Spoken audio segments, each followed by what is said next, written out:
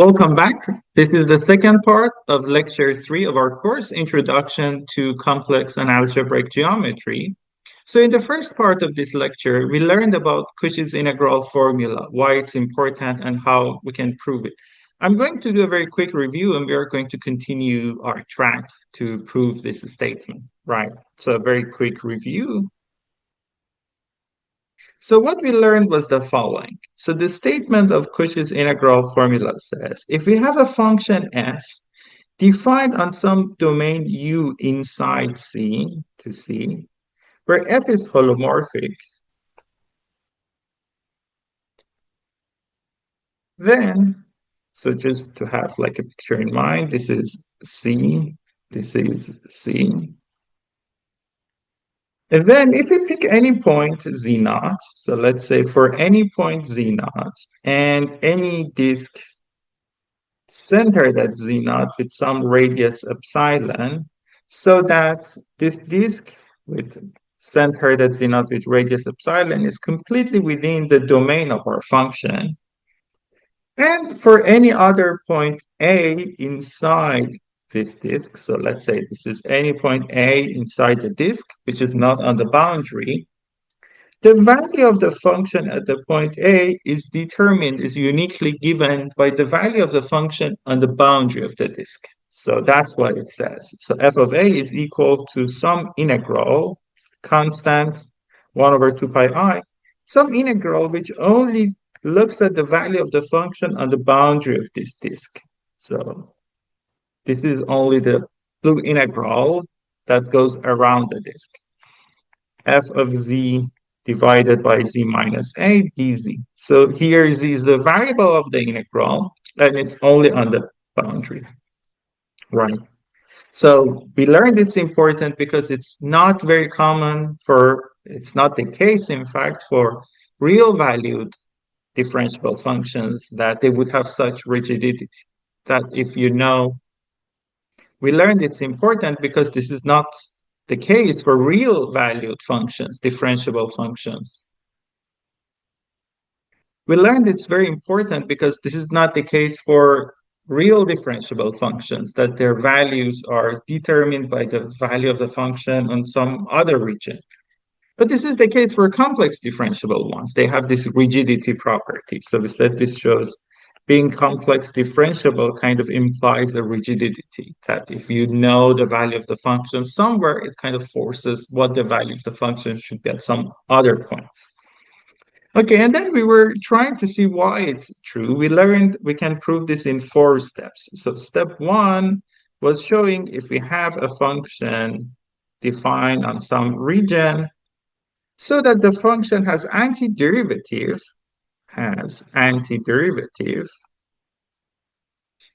meaning there is another function f defined on the same domain with the property that its derivative at every point is equal to f, then it must be that the integral of f is 0 on any closed curve C. So C is any simple, let's say, smooth closed curve, which is completely within U. So this is our set U, and C is just some closed curve here. If we integrate the function along this closed curve, we would see the integral is 0.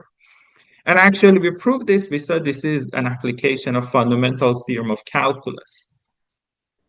The second step that we are going to discuss today is the same statement, but instead of assuming f has antiderivative, we are assuming f is holomorphic. So suppose f is a holomorphic function defined on some region U.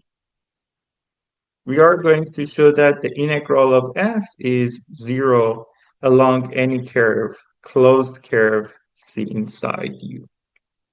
And just a reminder, step 3 is going to be the following thing. Integral of 1 over z minus a dz.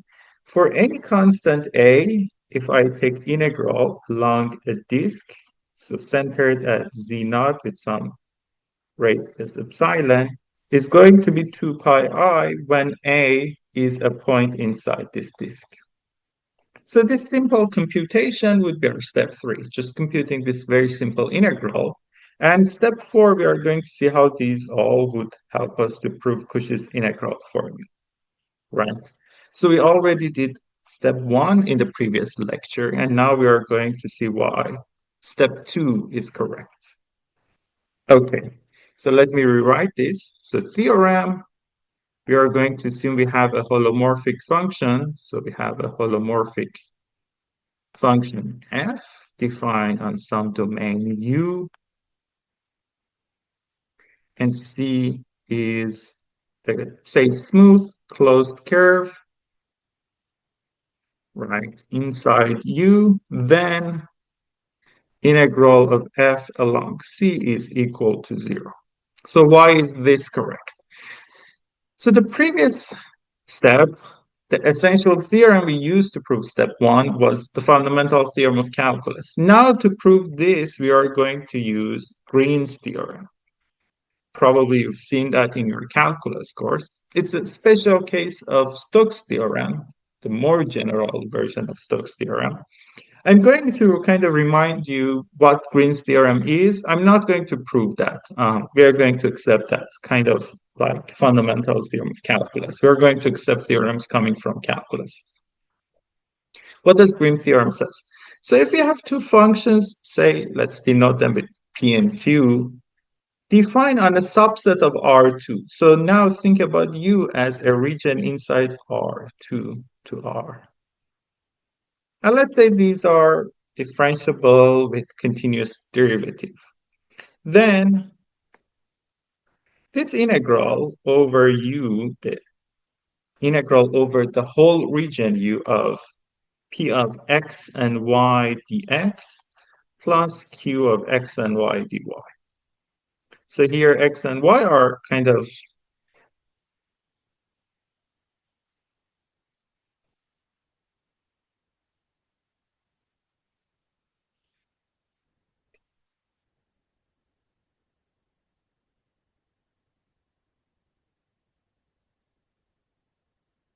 then the integral of P of x and y dx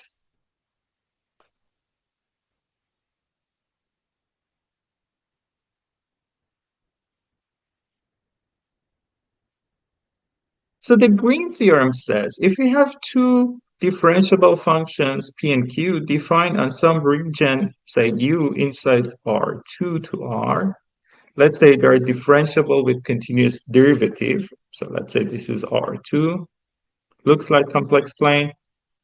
This is some region U, the interior is U, right?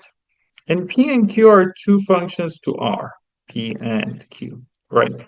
Note that we have x-axis and y-axis.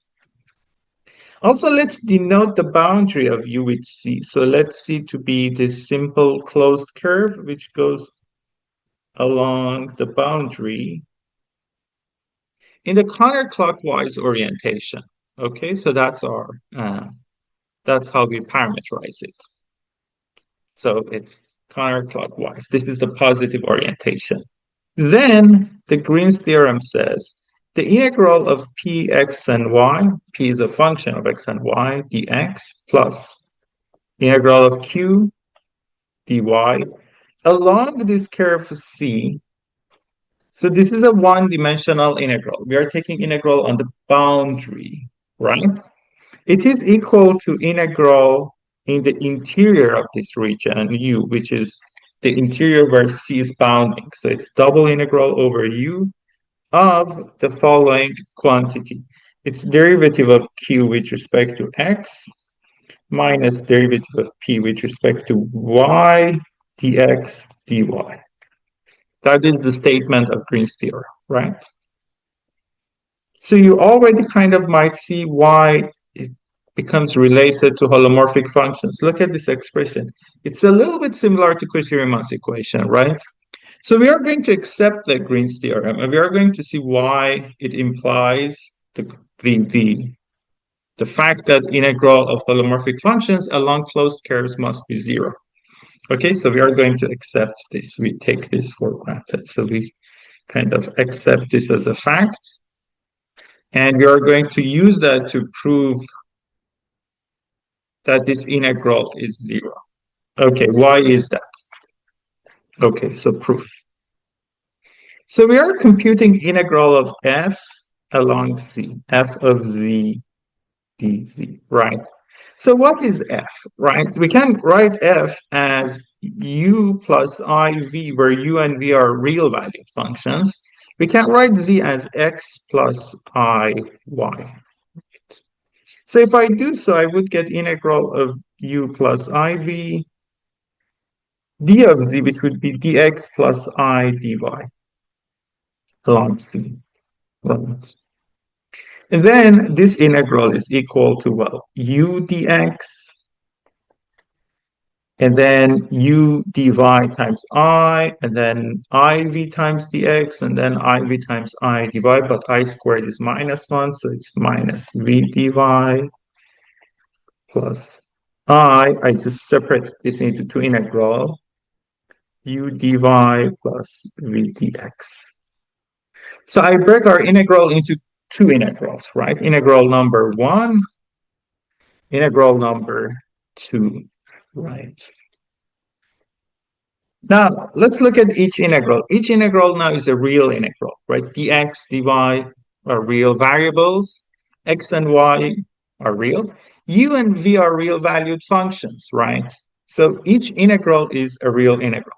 If I want to prove, if I want to see why this is equal to 0, it would be enough to show each of these real integrals is equal to 0, right? If each of them is 0, they would sum up to 0. So let's compute them. Let's first look at integral number one. Integral of u dx. Okay, that's not the best color.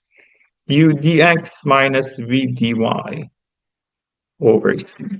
Okay, why is this integral equal to 0? What does Green's theorem tell us about this?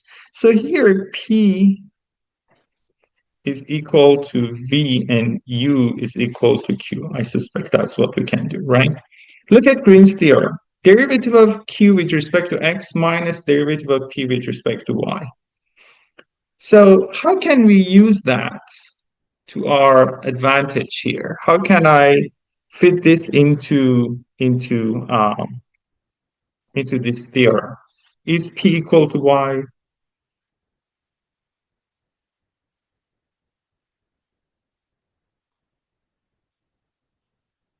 Okay, let's look at the first integral. Integral of u dx minus v dy over c. Now, I want to say this integral 0, and I want to use Green's theorem. So let's look at Green's theorem. We have u dx minus v dy. How can we use Green's theorem to do that? U dx minus v dy. So if I take p to be u and q to be minus v, then Green's theorem tells us that it should be equal to derivative of q, which is minus v, with respect to x. So it should be, by Green's theorem, it's equal to integral over the region u that the c bounds. Derivative of minus v with respect to x minus derivative of u now with respect to y dx dy. But what can I say about this quantity? Well, I know derivative of u with respect to y is equal to minus derivative of v with respect to x, because f is holomorphic, and this is Cauchy-Riemann equation, one of the equations appearing there. So this is equal to 0. So the integral is equal to 0. So the Green's theorem says this integral vanishes. What about the second integral? Well, it's pretty similar. So the second integral is, so integral of u dy v dx. U dy plus v dx and c. So again, I want to use Green's theorem. So now, when I'm doing Green's theorem, let's go back here. It should make sense to, well, let's see. We have u dy, so we take q to be u and p to be v. What does that tell us? It's going to be equal to derivative of q, which is u with respect to x, minus derivative of p, which is v with respect to y. So it would be integral of u with respect to x minus derivative of v with respect to y. But derivative of u with respect to x is equal to derivative of v with respect to y because f is holomorphic. The Cauchy-Riemann equation says this is zero. So the integral is also zero. So both integrals are equal to zero. Therefore, integral of our holomorphic functions along a closed curve is equal to zero. That completes step 2. We kind of simplify the assumption of a function having antiderivative to function being holomorphic. The step 1 was not maybe crucial to prove step 2, but it kind of in the same way of thinking. It's natural to think if a function is derivative of something else on a closed curve, its integral should be zero. So we kind of here wanted to see why that would generalize to holomorphic case. Right. So now let's go to step 3. Step 3 says if we have a disk, let's say a disk centered at z naught, disk centered at z naught with radius epsilon, if we pick a point A here, the integral of 1 over z minus a dz, where z, the variable of the integral, goes around the boundary of the disk. So z is the variable of the integral goes around this circle in a counterclockwise orientation, then this integral is equal to 2 pi I. Right. This is easy to compute. We are just going that as a fast computation. So whenever we want to do that, we should use the definition of complex integral, and that comes with the parameterization, right? So what is the parameter of the integral? How can we parameterize this circle? So at any time t, I can define z of t to be the following. So the center is the point z naught, right? This is z naught. But then in order to go around z naught, we should add a vector to take z naught center to the boundary. So the radius of this vector is epsilon, the length of this vector is epsilon, and the direction is given by e to the I t. So if t is 0, z naught from plus epsilon would be here, so t equal to 0. T from 0 to 2 pi, it would go around the circle, and at t equals 2 pi, we get back to the point we started, right? Okay, so t goes from 0 to 2 pi to parameterize this circle. So we are going to compute this integral. So the integral of 1 over z minus a dz on the boundary of the disk centered at z naught with radius epsilon would be equal to, well, instead of z, we write what it is, equal to a plus epsilon e to the it minus a. D of z, well, it would be d of a, which is 0, plus d of epsilon e to the it, which is I epsilon e to the it dt. And then t goes from 0 to 2 pi. Again, this is now a real integral, right? Well, a and minus a would cancel each other. Epsilon and epsilon would cancel each other. E to the it and e to the it would cancel each other. We would have some I. And then there is integral from 0 to 2 pi dt, which is integral of 1, 2 pi minus 0. It would be equal to 2 pi. So we have 2 pi I. And that completes the third step, right? Yeah, here. So it only remains to kind of collect these to prove the Cauchy's integral formula, which we are going to do in the next lecture. So let's pause here. We would come back and prove the last step of our proof.